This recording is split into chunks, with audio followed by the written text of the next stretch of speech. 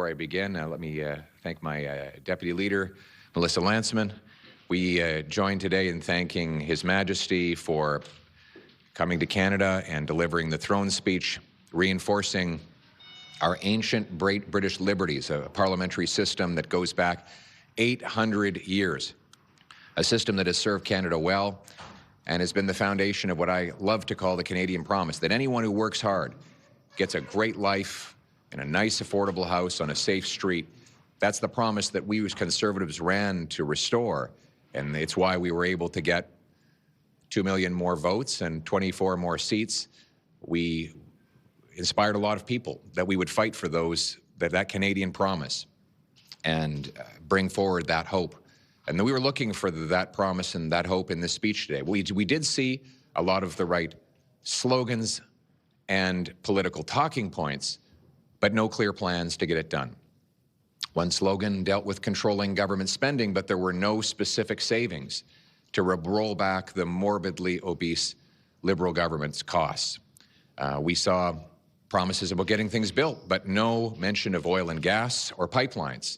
Pipelines are, of course, the thing we most need to build. Didn't get one mention, nor did they mention getting rid of the anti-energy laws that have kept our resources in the ground.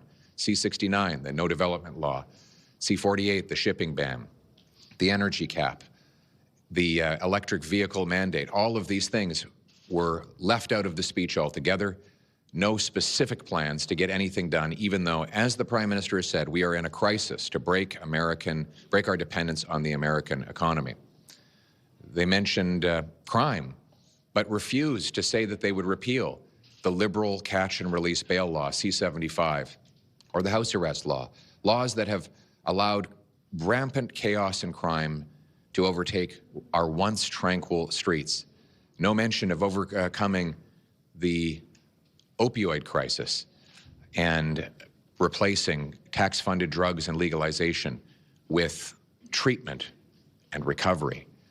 No mention of real plans to get taxes under control by reducing the cost of government. So we're here to turn the government's talking points into real plans. We pledge to work with the government to repeal the anti-energy law, C-69, repeal the energy cap, the electric vehicle mandate, the offshore shipping ban. Let's get our pipelines building. Let's get our goods to markets other than the United States.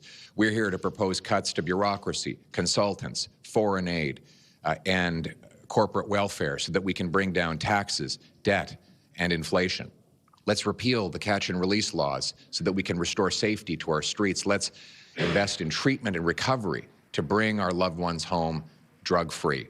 In other words, let's replace the talking points with real plans to get it done. That is what Conservatives pledged to do. That is what Canadians voted for us to fight for, and that is what we will deliver. Thank you very much. So will you support the speech from the throne if there's stuff you can support in it?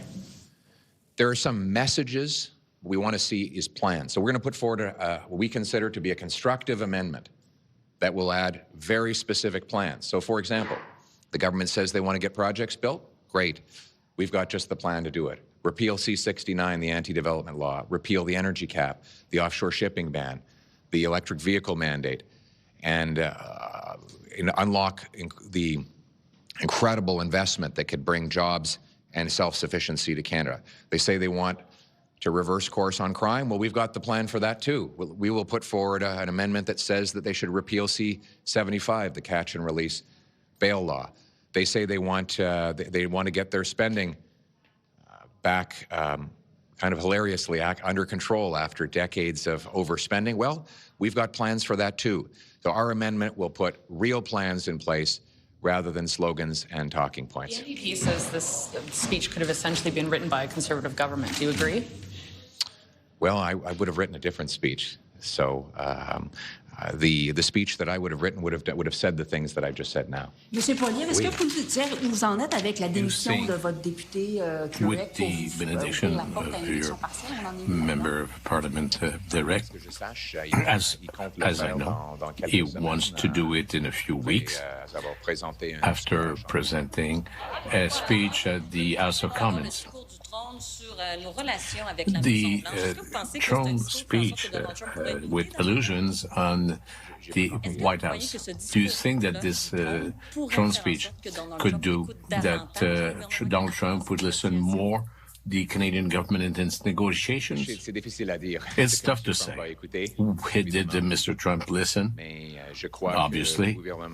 But I think the government got to concentrate on self-sufficiency, that nobody could control the President of the United States. What we can control is what we can do.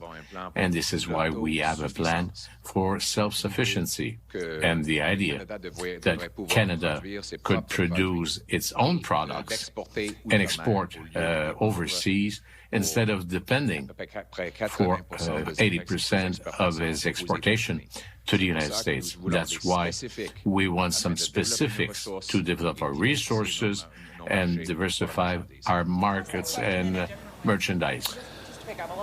All right, so we're listening to Conservative leader Pierre Poilievre commenting a little bit about the throne speech that was delivered earlier today by King Charles in the Senate chamber. Poilievre saying that he agrees with some of the ideas discussed, but said at this point it's slogans. It needs to be put into practice. Says he is willing to work with Mark Carney's Liberal government when it comes to energy projects as well. We're also tracking the latest on an Alberta MP planning to step aside to make way for Pierre Poilievre in a potential by-election coming up. At this point, of course, Poilievre does not have a seat in the House of Commons. All right, we're going to keep our eye on that, but when we come back, more on this.